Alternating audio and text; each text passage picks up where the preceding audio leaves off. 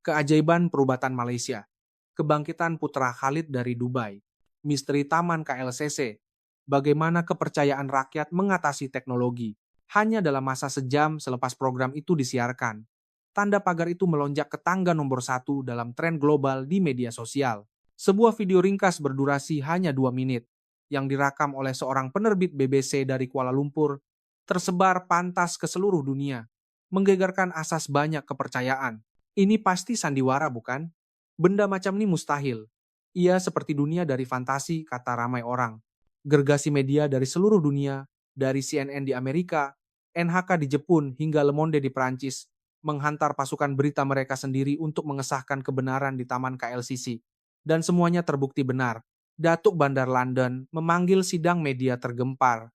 Paris serta-merta melancarkan rancangan mereka untuk Taman Tuileries. Sementara itu, Datuk Bandar New York sendiri menaiki pesawat menuju ke Kuala Lumpur. Apa sebenarnya yang berlaku di Taman KLCC? Mengapa taman awam di tengah bandar ini menarik perhatian seluruh dunia? Nama saya Olivia Berlin. Saya membuat dokumentari jenayah untuk BBC. Selama 15 tahun, saya telah berbincang dengan Raja Dadah di wilayah kartel Sinaloa di Meksiko. Saya telah membuat liputan tentang perang geng di favela Rio de Janeiro di Brazil. Saya telah menjejaki statistik pembunuhan di Johannesburg, Afrika Selatan, dan menggunakan kamera saya untuk mendokumentasikan peperangan geng di Tegucigalpa, Honduras. Di semua tempat yang saya kunjungi, saya memerlukan pengawal pribadi. Tanpa baju kalis peluru, saya tidak boleh bergerak walaupun selangkah. Malah menjenguk melalui tingkap hotel adalah berbahaya. Dalam tempo 15 tahun yang lalu, hasil daripada perjalanan ke bandar-bandar ini, saya mempunyai kepercayaan yang mendalam bahwa manusia pada dasarnya adalah makhluk yang ganas dan semakin besar sebuah bandar, semakin berbahaya ia. Tetapi pada musim bunga tahun lepas, di mesyuarat editorial BBC, satu topik menarik timbul. Mari kita siasat secara mendalam kebenaran bandar-bandar selamat di Asia, kata Robert, ketua editor kami. Olivia, kamu yang paling sesuai untuk tugas ini. Buktikan sama ada bandar seperti Singapura, Tokyo, atau Kuala Lumpur benar-benar selamat, atau hanya kedamaian palsu yang dicipta melalui pengawasan dan kawalan ketat. Saya ketawa. Sudah tentu, ia adalah yang terakhir. Hanya letakkan CCTV di setiap sudut untuk mengawasi rakyat, dan sesiapa sahaja boleh berpura-pura selamat. Saya memilih Kuala Lumpur sebagai lokasi pertama saya atas sebab tertentu. Sebuah video yang saya lihat dalam talian di tempat bernama Taman KLCC. Pukul 2 kama-kama taman pagi, seorang wanita sedang jogging bersendirian. Memakai earphone, memegang telepon bimbitnya tanpa sebarang tanda berjaga-jaga. Kebanyakan komen mempunyai reaksi, seperti, bagaimana ini mungkin? Tidak masuk akal. Saya yakin ini adalah setup atau tempat dengan kawalan yang sangat ketat. Mungkin seperti video propaganda China, hanya direkam di kawasan yang ditetapkan untuk orang asing. Rakan sekerja saya dalam pembikinan film ialah Rafael, seorang juru kamera Poland yang mahir, yang telah menjejaki mafia di Eropa Timur selama lebih sedekad. Rafael, pernah dengar pasal Taman KLCC di Kuala Lumpur? Oh, tempat yang mereka kata, selamat walaupun pada waktu malam, macam mimpi, kelakar. Warsaw pun, iklan macam tu, tapi akhirnya pelancong masih kena samun. Kami bergurau sambil menyusun peralatan kami. Kamu rasa, berapa banyak kamera CCTV ada di sana? 1.000? 2.000? Pasti ada polis setiap 5 meter. Wajah orang di bandar itu mungkin sekaku orang di pedalaman China. Satu hari, apabila kami tiba di lapangan terbang antarabangsa Kuala Lumpur Klia di Immigration, kejutan menyambut kami. Seorang pekerja lapangan terbang menghampiri kami. Tuan, Puan dari BBC. Dia bertanya dalam bahasa Inggris yang fasih. Perlukan bantuan untuk penggambaran? Tak apa, terima kasih. Kami boleh uruskan. Baiklah. Kalau Tuan Puan ke Taman KLCC, lebih baik pada waktu malam. Tuan Puan patut lihat pada waktu malam. Ramai orang dan sangat meriah. Rafael dan saya berpandangan. Disuruh pergi malam dan diberitahu ramai orang. Di mana-mana bandar berbahaya. Mereka akan mengatakan sebaliknya. Selamatkah di sana? Saya bertanya. Wajah pekerja itu kelihatan keliru. Selamat? Sudah tentu selamat. Itu Taman KLCC. Sudah tentu selamat, beliau membuatkan saya berasa sedikit tidak selesa, seolah-olah saya telah menanyakan sesuatu yang aneh. Semasa kami menaiki Grab dari lapangan terbang ke hotel, pemandu yang kelihatan berusia 60-an, Pak Cikdin, menyedari peralatan kami. Nak buat rancangan? Nak pergi mana? Taman KLCC. Kami nak rakam suasana malam. Pak Cikdin memandang kami di cermin pandang belakang dan ketawa. Alahai Taman KLCC malam-malam. Sesak sangat. Susah nak shoot. Terutama malam Jumat, macam di Jalan Tar. Macam pasar malam, ya, ada busker gerai nasi lemak, satai, dan ramai. Yang jogging tengah malam. Rafael berbisik dalam bahasa Poland. Saya tidak paham, tetapi saya rasa beliau berkata, "Gila, apabila kami tiba di hotel untuk check-in, penyambut tetamu berkata perkara yang sama. Kalau Puan pergi Taman KLCC, coba pukul 5 pagi. Pemandangan menara berkembar Petronas sebelum matahari terbit sangat cantik. Ramai juga yang jogging. Pada ketika ini, saya keliru. Semua orang serentak mengesyorkan kami pergi ke Taman KLCC pada waktu malam dan awal pagi. Dalam tempo 15 tahun, saya tidak pernah pergi ke bandar seperti ini. Di Rio, apabila gelap, dilarang sama sekali untuk keluar. Di Johannesburg, dilarang keluar dari kawasan hotel. Di Sinaloa, berjalan bersendirian sama seperti bunuh diri. Malam itu, Rafael dan saya membuat rancangan di bilik hotel kami. Malam ini kita buat tinjauan dahulu. Jangan bawa peralatan. Berpura-pura menjadi pelancong biasa. Kita perlu lihat dengan mata kita sendiri, sama ada ia berbahaya atau tidak. Pukul 9 malam, kami meninggalkan hotel. Kami menaiki LRT menuju ke KLCC. Perjalanan hanya 10 menit. Jalan-jalan masih penuh dengan orang. Kedai 24 jam dan kedai mamak masih buka. Ini saja sudah sangat berbeza dari London. Apabila kami tiba di pintu masuk Taman KLCC, saya terpaku. Walaupun malam, ia meriah seperti pasar malam. Tetapi ini hanyalah permulaan. Kekaguman sebenar bermula apabila kami masuk ke dalam taman. 23 kami mula berjalan di laluan taman. Perkara pertama yang kami lihat ialah sepasang suami istri muda menolak stroller. Bayi mereka tidur nyenyak. Pasangan itu berdiri, minum air jagung dan berbual gembira. Rafael membuat nota bahwa bayi keluar malam. Kalau di London, mereka akan dilaporkan untuk penderaan kanak-kanak. 23.30, kami terus berjalan dan melihat pemandangan yang mengejutkan. Bangku-bangku penuh dengan orang, dan kebanyakan mereka bersendirian. Ada yang membaca, ada yang bekerja di komputer riba mereka, dan ada yang hanya merenung pokok-pokok. Tetapi yang lebih mengejutkan ialah barang-barang mereka. Bag diletakkan begitu sahaja di sisi mereka. Ada seorang yang meninggalkan komputer ribanya di bangku dan berjalan ke tandas. Dia tinggalkan komputer riba dia? Kata saya, sangat terkejut. Tetapi tiada siapa di sekeliling yang perasan. Selepas 5 menit, lelaki itu kembali. Komputer ribanya masih di situ. 23,45. Kami berjalan di bawah pokok-pokok palma di sudut yang agak gelap. Dua wanita duduk dan makan keropok lekor. Maafkan saya, kata saya dalam bahasa Inggris. Selamatkah di sini pada jam begini? Salah seorang daripada mereka ketawa. Di mana? Kami di Taman KLCC. Tempat paling selamat di Kuala Lumpur. Paling selamat? Ya, sentiasa ada orang di sini. Kami semua saling menjaga. Semalam, saya tertinggal dompet saya. Seorang Pak Cik di belakang kejar saya untuk pulangkan. Rafael menyesal karena tidak membawa kameranya. Tengah malam, orang ramai terus berdatangan ke taman. Yang lebih mengejutkan, wanita mula jogging bersendirian. Mereka memakai earphone, berseluar legging dan kasut lari. Berlari, tanpa sebarang perlindungan. Saya coba bercakap dengan seorang wanita yang kelihatan berusia awal 30-anan. Maafkan saya, tak takut ke jogging. Seorang diri jam begini, dia menanggalkan earphone-nya dan bertanya kembali, kenapa pula saya nak takut? Sudah tengah malam. Dan kamu seorang diri. Oh, kamu orang asing, dia berkata. Di sini lebih baik pada waktu malam. Angin sejuk dan jumlah orang yang sesuai. Tak pernah ada perkara buruk berlaku di sini. Dia tersenyum dan terus berlari. 1 pagi, kami memasuki kedai serbaneka. Tetapi berhampiran pintu masuk, ada sesuatu yang pelik. Gerai minuman layan diri tanpa penjaga. Ia hanya mempunyai harga dan kode QR untuk pembayaran. Betul ke nih? Tanya Rafael tidak percaya. Kami bertanya kepada staf di dalam. Ya tuan, semua orang scan untuk bayar dan ambil sahaja.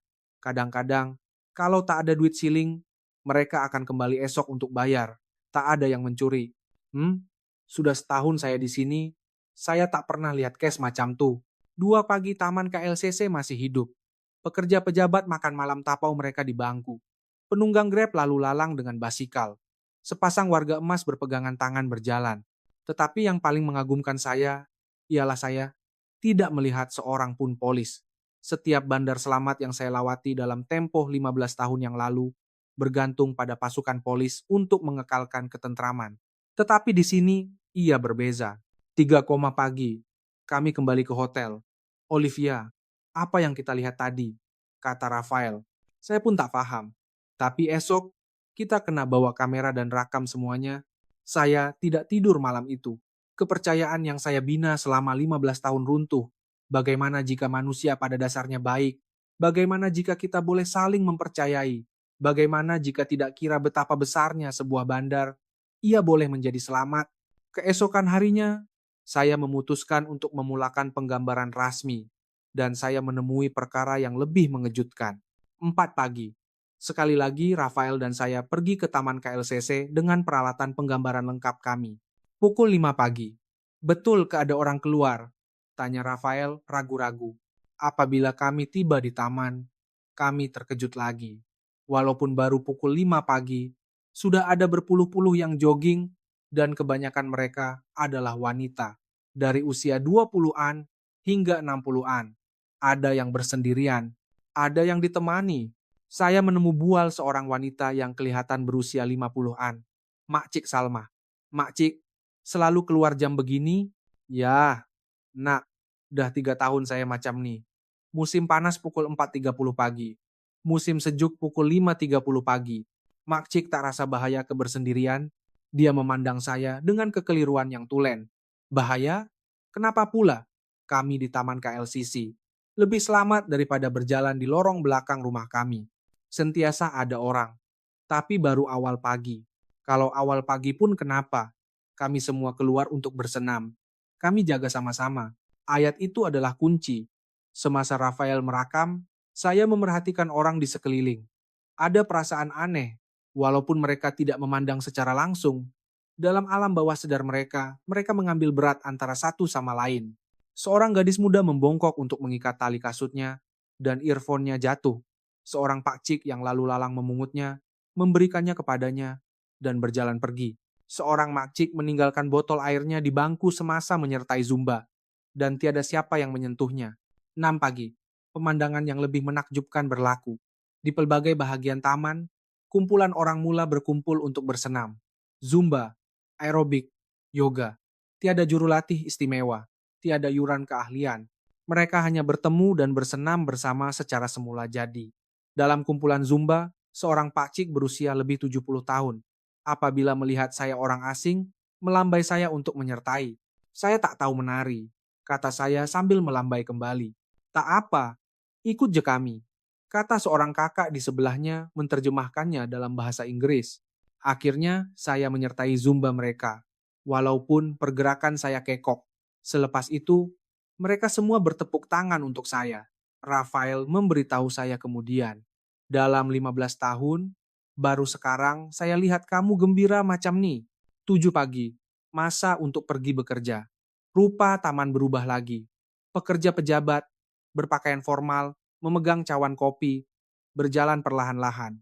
Hampir tiada yang tergesa-gesa, seolah-olah mereka menikmati perjalanan mereka ke tempat kerja. Saya bertanya kepada seorang lelaki yang kelihatan seperti seorang juru tera. Abang lalu sini setiap hari kena pergi kerja? Oh, saya sengaja turun LRT 1 stesen lebih awal supaya boleh jalan kaki di sini. Seronok mulakan hari dengan perasaan yang baik. Sebab selamat ke? Itu salah satu sebab. Tapi saya juga suka tengok orang. Rasa tenang. Malaysia mungkin tak buat 70% chip komputer dunia. Tapi seorang juru tera macam saya boleh jalan kaki dengan selesa ke tempat kerja. Hebat bukan? 3.00 petang, waktu balik dari sekolah. Taman berubah lagi. Pelajar sekolah menengah duduk dalam kumpulan 3 atau 4. Tiada yang merokok. Mereka semua memegang minuman dari kedai serbaneka dan berbual. Saya menghampiri sekumpulan pelajar perempuan sekolah menengah. Selalu lepak sini lepas kelas. Ya, hampir setiap hari. Seronok bersembang dengan kawan-kawan. Ibu bapak tak risau ke? Kenapa mereka nak risau? Kami di Taman KLCC. Masa mak saya kecil dulu pun dia main di sini. 7 malam. Waktu balik dari kerja. Taman kembali meriah. Pekerja pejabat membeli tapau dan bir. Makan di bangku. Ada busker di pelbagai tempat. Dan orang ramai berkumpul secara semula jadi untuk menonton. Seorang pemuzik bermain gitar dan menyanyi. Beberapa penonton meninggalkan dompet mereka di bangku dan berdiri untuk menari. Selepas 10 menit menari, mereka kembali, dan dompet mereka masih di situ. 9 malam, keluarga mula bertambah. Pak Cik dan Mak Cik bersama cucu mereka, pasangan dengan stroller, orang berjalan dengan anjing mereka.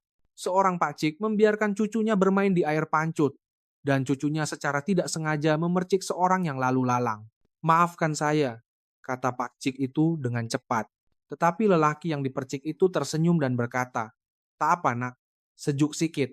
10 malam, 11 malam, tengah malam. Semakin larut malam, semakin selamat taman itu. Orang ramai saling menjaga. Jika ada yang mabuk, mereka di sekeliling memerhatikan. Jika ada yang bersendirian, orang di sebelah akan memberi ruang dengan hormat tetapi terus memerhatikan dari jauh. 1 pagi, saya memutuskan untuk melakukan eksperimen yang paling ekstrim. Saya meninggalkan dompet saya di bangku dan bersembunyi kira-kira 100 meter jauhnya. Dalam masa 3 menit, berpuluh-puluh orang lalu lalang. Tetapi tiada siapa yang menyentuhnya. Sebaliknya, seorang makcik melihat dompet itu, melihat ke kiri dan kanan, dan dengan berhati-hati menolaknya ke dalam bangku. Mungkin bimbang ia akan jatuh. Apabila saya kembali untuk mengambil dompet itu, makcik itu menjerit dari jauh. Nak, jaga dompet kamu. Walaupun kita di KLCC, kena hati-hati juga. Pada saat itu, saya paham. Orang di sini melayan satu sama lain seperti keluarga. Seorang pelancong menghampiri saya pada masa itu dan menceritakan sesuatu yang menakjubkan. Pelancong itu ialah juru gambar Perancis bernama Marie. Kamu penerbit BBC, bukan? Saya nampak kamu shoot tadi. Saya dah buat timelapse 24 jam di sini selama 3 hari dan saya nampak sesuatu yang tidak masuk akal. Nak tengok, dia menunjukkan screen kameranya. Sebuah video yang memampatkan 24 jam di taman hanya dalam masa 3 menit. Tengok nih, dari 4 pagi hingga 4 pagi keesokan harinya, tiada saat pun tiada orang, betul. Walaupun pada waktu paling sunyi dari 3 pagi hingga 4 pagi, ada sekurang-kurangnya 20 orang di taman. Kalau di Paris, tiada orang selepas 2 pagi. Dan itu adalah waktu yang paling berbahaya, jelas Mari. Yang lebih menakjubkan ialah bagaimana orang di sini memerhatikan satu sama lain. Walaupun mereka tidak melihat secara langsung, mereka sentiasa mengambil berat. Keesokan harinya, saya memutuskan untuk melakukan satu lagi eksperimen mengikut nasihat Mari. 10 pagi. Di tengah taman, Rafael dan saya berpura-pura bergaduh kuat. Kami menjerit antara satu sama lain dalam bahasa Inggris. Seolah-olah kami akan mencederakan satu sama lain. Belum sampai 3 menit, orang ramai mula menghampiri. Apa hal nih? Tanya seorang Pak Cik dalam bahasa Inggris. Cik, oke ke? Seorang pelajar perempuan menghampiri dengan risau. Seorang makcik malah membeli air dari kedai serbaneka dan memberikannya kepada kami. Apabila kami berkata kami baik-baik saja, mereka perlahan-lahan pergi, tetapi ada yang masih menjeling dari jauh. 2 petang. Saya duduk bersendirian di bangku dan berpura-pura menangis. Dalam masa 5 menit, 3 orang menghampiri. Walaupun mereka tidak bercakap secara langsung, mereka duduk berdekatan, memerhatikan secara tidak langsung. Seorang kanak-kanak berbisik kepada ibunya dan kemudian datang kepada saya, menawarkan gula-gula. Kakak, makan nih. Sedap. Pada saat itu, ia bukan lagi lakonan. Air mata sebenar menitis dari mata saya. 6 petang kami shoot di setiap bahagian taman. Suasana di setiap zone berbeza tetapi satu perkara yang sama. Semua tempat memberikan perasaan selamat.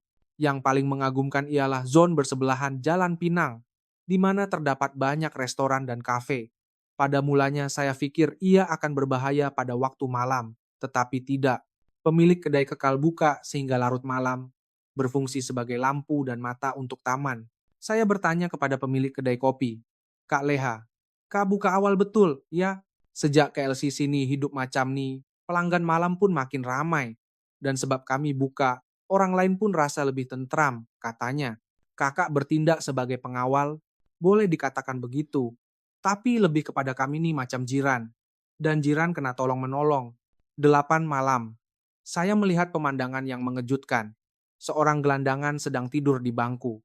Orang di sekeliling duduk diam-diam dari jauh. Apabila saya melihat dengan teliti, mereka sebenarnya menjaganya. Selepas sejam, apabila dia bangun, seorang pakcik yang duduk berdekatan menghulurkan air. Minum dulu nak, dah nak balik nih. Gelandangan itu berdiri, agak terhuyung-huyung. Dua remaja menghampiri untuk membantunya. Rumah abang kat mana?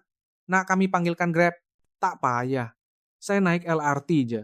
Baik, kami hantar abang ke stesen. Kedua-dua remaja itu meninggalkan lelaki itu di stesen LRT dan kembali ke tempat duduk mereka seolah-olah tiada apa-apa yang berlaku. Saya bertanya kepada salah seorang remaja itu mengapa dia membantu orang asing. Dia tersenyum dan menjawab, orang asing di sini, semua orang sini jiran. Esok lusa saya yang mabuk macam tuh, pasti ada orang tolong saya. 10 malam. Saya terdengar perbualan menarik sekumpulan belia berusia 20-an. Ekonomi susah sekarang. Risau betul. Tapi kita teruskan hidup damai macam ni. Itu pun satu cara melawan. Mereka nak kita takut, tapi kita teruskan hidup macam ni. Inilah kebebasan. Kata-kata mereka membuatkan saya berpikir secara mendalam.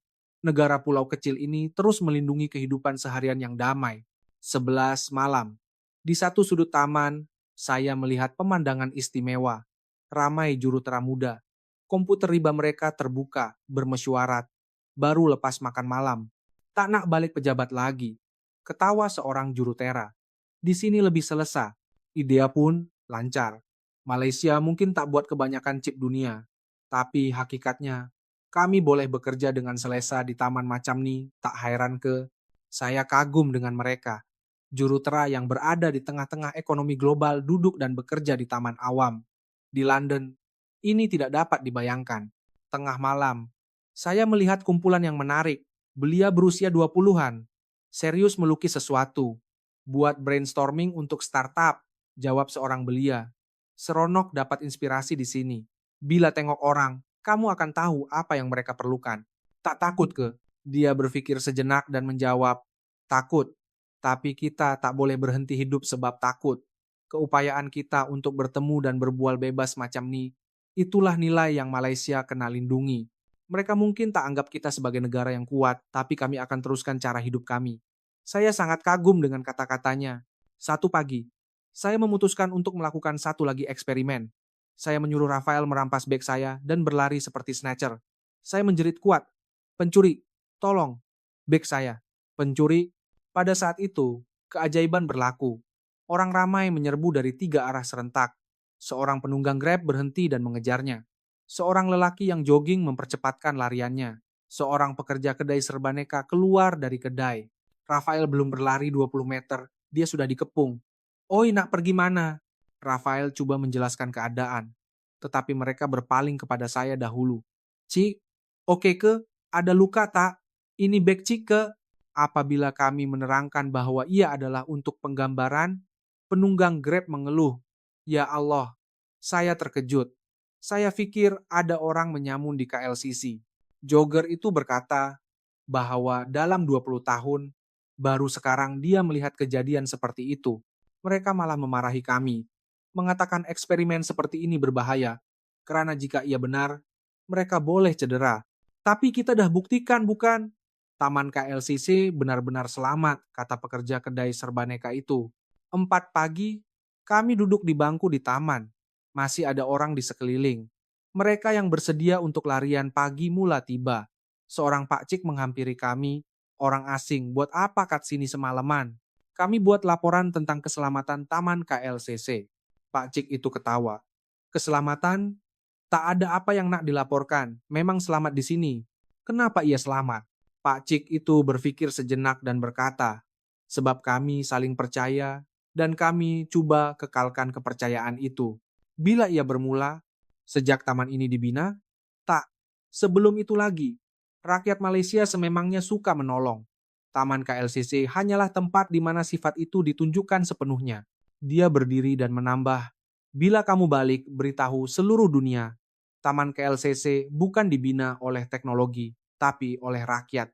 Malaysia mungkin negara kecil, tapi kami menjaga satu sama lain macam keluarga. Walaupun negara besar ugut kami akan terus hidup damai macam ni. Matahari mula terbit. Taman KLCC memulakan hari baru. Malam itu, saya video call rakan sekerja saya di London. Tak masuk akal, kata Jeremy, seorang rakan sekerja BBC, sambil menggeleng.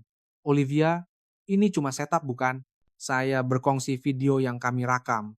Wanita jogging pukul 3 pagi, kedai tanpa penjaga, eksperimen dompet, dan simulasi bahaya. Selepas menonton video 3 menit itu, dimarakan sekerja saya senyap. Akhirnya, Helen, seorang penerbit, berkata, Olivia, apa yang telah kita hilang? Maksud saya, London sepatutnya seperti ini untuk dipanggil normal. Simon, rakan sekerja lain, ketawa pahit. Anak perempuan saya berusia 7 tahun. Saya tak boleh benarkan dia berjalan seorang diri ke sekolah, walaupun 100 meter jauhnya. Dan di Kuala Lumpur, budak sekolah rendah naik LRT, MRT ke kelas tuition. Gila, Helen mengeluh. Semalam ada case tikam di Brixton pada tengah hari. Mungkin kita yang tak normal. Saya menunjukkan video lain yang direkam oleh Rafael. Orang ramai menjaga seorang yang mabuk tidur di bangku. Kalau di London, saya bertanya, dompetnya akan hilang, telepon bimbit, dan mungkin kasutnya sekali? Ya, jawab Simon. Apa bezanya? Kita semua manusia, bukan? Jeremy berkata tiba-tiba, seolah-olah jengkel. Saya teringat kata-kata orang yang saya temui. Kepercayaan. Kepercayaan asas antara satu sama lain. Kami pun ada undang-undang. Kami ada polis. Helen berhujah. Tapi mereka ada hati untuk satu sama lain. Sebelum undang-undang wujud, rakyat dah bertindak sebelum polis sampai, kata Simon. Seolah-olah menyadari sesuatu. Bila kita mula melihat orang lain sebagai musuh, mereka senyap. Olivia, kamu ada tajuk untuk dokumentari? Tanya Helen. Belum. Bagaimana pula perkara yang kami hilang? Pelajaran dari Taman KLCC Kuala Lumpur. Terlalu pesimis, kata Jeremy. Lebih baik bandar selamat terakhir. Saya menggeleng. Ia bukan tentang bandar. Ia tentang rakyat. Keesokan harinya, sesuatu yang tidak dijangka berlaku. London Evening Standard membuat headline di muka depan mereka dengan screenshot dari video kami. Bandar di mana seorang wanita boleh jogging bersendirian pada pukul 3 pagi. Artikel itu membandingkan statistik yang mengejutkan. Kategori London, Bandar Barat, Taman KLCC, Kuala Lumpur. Jenayah keganasan tahunan 131.002 di kawasan taman. Nasihat malam jangan keluar. Aktiviti rakyat 24 jam. Pengawasan 420.000 kamera CCTV. Mata jutaan rakyat, sambutan sangat besar. Di Twitter, keajaiban Kuala Lumpur menjadi nomor 1. Komen membanjiri dari penduduk London. Dulu kami macam ni. Nenek saya kata London pun macam ni pada tahun 1960-an. Masalahnya bukan pada sistem, tapi pada hati kita. Petang itu, pejabat Datuk Bandar London menghubungi saya. Penerbit Berlin, Datuk Bandar ingin bercakap dengan kamu. Beliau mahu membincangkan penggunaan rancangan Taman KLCC di London. Rafael dan saya berpandangan. Nampaknya ini tidak akan berakhir. Sebagai dokumentari ringkas, pada masa yang sama, Linda bukan nama. Sebenar, pekerja kedai serbaneka yang kami temui di taman menghantar message kepada saya. Penerbit, saya nampak berita BBC. London pun boleh jadi macam Taman KLCC. Sebab kita semua sama. Saya melihat keluar tingkap dan berpikir, betulkah London, Paris, New York, bolehkah mereka benar-benar menjadi seperti Taman KLCC? 3 hari kemudian, pelawat yang tidak dijangka tiba. Lobi hotel penuh dengan wartawan dari seluruh dunia. Mark Thompson dari CNN, Yuka Yamada dari NHK, Hans Mueller dari Der Spiegel, Marie Boyce dari Le Monde. Olivia, Mark melambai. Laporan kamu telah mencipta sensasi global. Kami perlu buktikannya dengan mata kami sendiri. Tokyo juga berbangga dengan keselamatannya, tambah Yuka. Tetapi apabila kami melihat video KLCC, kami terkejut. Hans masih ragu-ragu.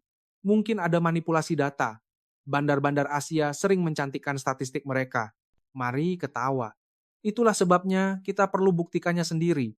Kami pergi ke Taman KLCC bersama-sama pada pukul 10 malam.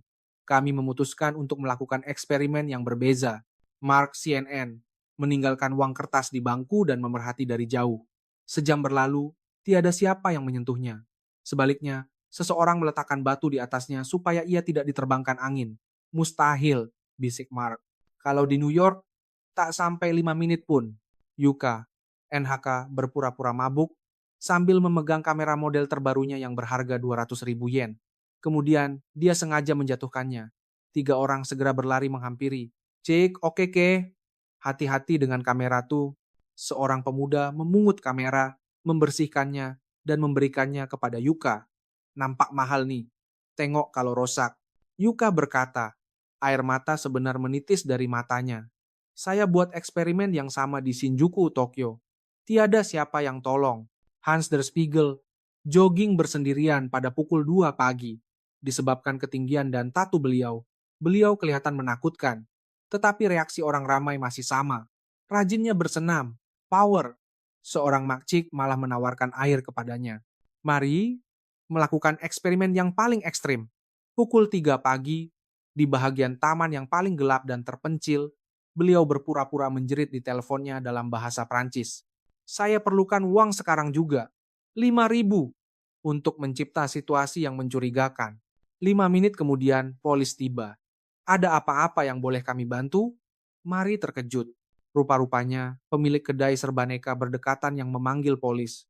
Saya nampak ada wanita asing berdiri seorang diri dan macam menangis di telepon. Saya takut dia dalam bahaya. 5 pagi, kami berkumpul semula di lobi hotel. Saya kena akui, ini benar, kata Hans dahulu. Mark mengangguk. Dalam 25 tahun saya sebagai wartawan, ini adalah laporan yang paling mengejutkan yang saya buat. Pandangan saya tentang kemanusiaan telah berubah sepenuhnya. Jepun ada banyak perkara untuk dipelajari, kata Yuka. Kami ada sistem, tetapi kami tak ada hati. Ini bukan hanya tentang ketenteraman. Mari menyimpulkan. Ini tentang tamadun. Keesokan harinya, kami mengadakan sidang media bersama. 5 saluran media dari seluruh dunia mengesahkan. Keajaiban Taman KLCC di Kuala Lumpur adalah nyata. Setiap agensi berita mempunyai headline mereka sendiri. CNN, tempat paling selamat di dunia. Rahasia Kuala Lumpur. NHK, keajaiban Kuala Lumpur. Pelajaran untuk Tokyo. Der Spiegel, bandar yang dibina oleh budi bahasa model untuk masa depan Berlin. Le Monde, ditemui di Kuala Lumpur. Apa yang hilang di Paris? Sambutan itu adalah global. Setiausaha Agung Pertubuhan Bangsa-Bangsa Bersatu mengeluarkan kenyataan. Taman KLCC di Kuala Lumpur adalah model kehidupan damai yang harus dicontohi oleh seluruh umat manusia. Ketua Pegawai Eksekutif Google tweet, bukan teknologi tetapi kepercayaan yang mencipta keselamatan. Belajarlah dari Taman KLCC. Elon Musk malah menjawab, saya mau membina bandar di Marikh seperti Taman KLCC. Tetapi yang paling menyentuh hati saya ialah komen seorang budak lelaki dari Harlem, New York di YouTube.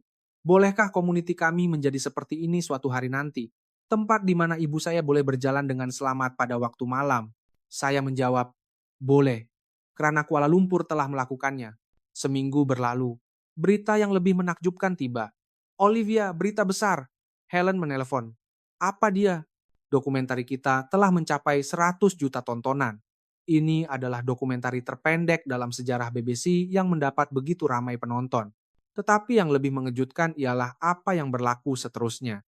Datuk Bandar London secara rasmi mengumumkan proyek tebing Sungai Thames menggunakan Taman KLCC sebagai model dalam mencipta budaya selamat pada waktu malam. Datuk Bandar Paris segera menyusul dengan proyek malam Sungai Seine mereka untuk mencipta budaya di mana rakyat saling menjaga. Berlin, Amsterdam, Barcelona, bandar-bandar besar Eropa berturut-turut mengumumkan rancangan Taman KLCC mereka sendiri. Tetapi yang benar-benar mengejutkan ialah reaksi penduduk Kuala Lumpur sendiri. Manong Jose, pemandu Grab yang saya temui, berkata, saya tak tahu apa yang istimewa tentang kami. Ini perkara biasa, bukan? Kak Leha, pemilik kedai kopi, berkata perkara yang sama. Baru sekarang saya tahu di negara lain macam tuh. Saya tak paham kenapa tak boleh keluar malam. Di Dewan Bandaraya Kuala Lumpur, seorang ketua jabatan perancangan bandar berkongsi cerita menarik. Sejujurnya, semasa Taman KLCC dirancang, Ramai yang membantah karena bimbang tentang keselamatan. Mereka kata, ia akan menjadi sarang jenayah pada waktu malam. Tetapi hasilnya adalah sebaliknya. Rakyat sendiri yang menciptanya. Kami hanya sediakan ruang. 2 minggu berlalu. Pilgrimage bermula ke Taman KLCC. Perancang bandar, polis, pegawai, dan wakil masyarakat sivil dari seluruh dunia tiba. Pesuruhjaya Polis New York, pengarah Biro Perancangan London, jawatan kuasa keselamatan rakyat Paris. Mereka semua mempunyai satu soalan. Bagaimana ini mungkin? Pak Cik Hasan, bukan nama sebenar, ketua sukarelawan yang menjaga keselamatan taman, menjawab, tiada yang istimewa. Anggap saja setiap orang yang berjalan di sini adalah ahli keluarga kamu. Sebulan berlalu. Perubahan pertama dapat dilihat. London, proyek tebing Sungai Thames, menubuhkan unit rondaan warga. 500 sukarelawan mula beroperasi. Paris, tebing Sungai Seine menubuhkan organisasi jiran waktu malam. New York, Central Park memulakan program penjaga tengah malam. Hasilnya segera dilihat, jenayah malam di tebing Sungai Thames di London turun 40%. Bilangan wanita yang berjalan bersendirian di tebing sungai meningkat 300%. Tetapi ada juga kritikan. Budaya berbeza. Ia hanya mungkin karena Asia. Ia tidak sesuai untuk Barat. Kemudian, satu peristiwa penting berlaku di Skid Row, Los Angeles, kawasan jenayah paling teruk di Amerika. Penduduk memulakan proyek taman KLCC kecil. Setiap malam sekumpulan 10 orang meronda, memberi makanan kepada gelandangan, dan bercakap dengan mereka. 3 bulan berlalu, keajaiban berlaku. Kadar jenayah di satu blok Skid Row menjadi sifar. Seorang gelandangan bernama John memberikan temu bual.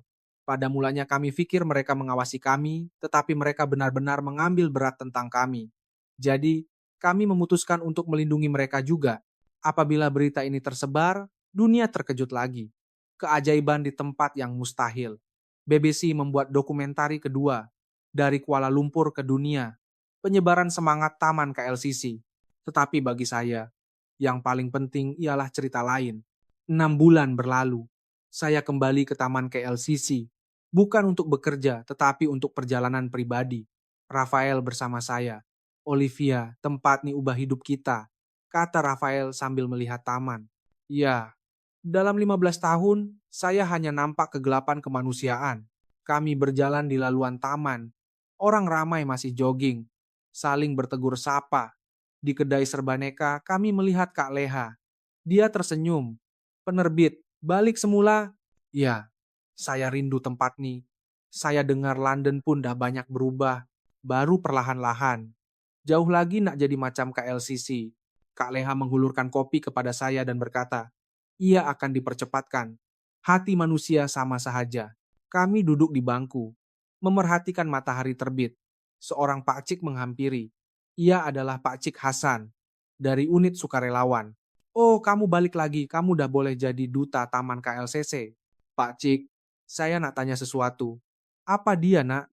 Kenapa Pakcik buat nih? Tak ada bayaran pun. Pakcik itu berpikir sejenak. Tahun 1970-an, saya datang dari kampung ke Kuala Lumpur seorang diri. Tiada ibu bapa. Pada masa itu, orang asing beri saya makan dan tempat tinggal. Dia melihat ke taman dan menyambung, saya selalu pikir macam mana nak balas kebaikan tuh.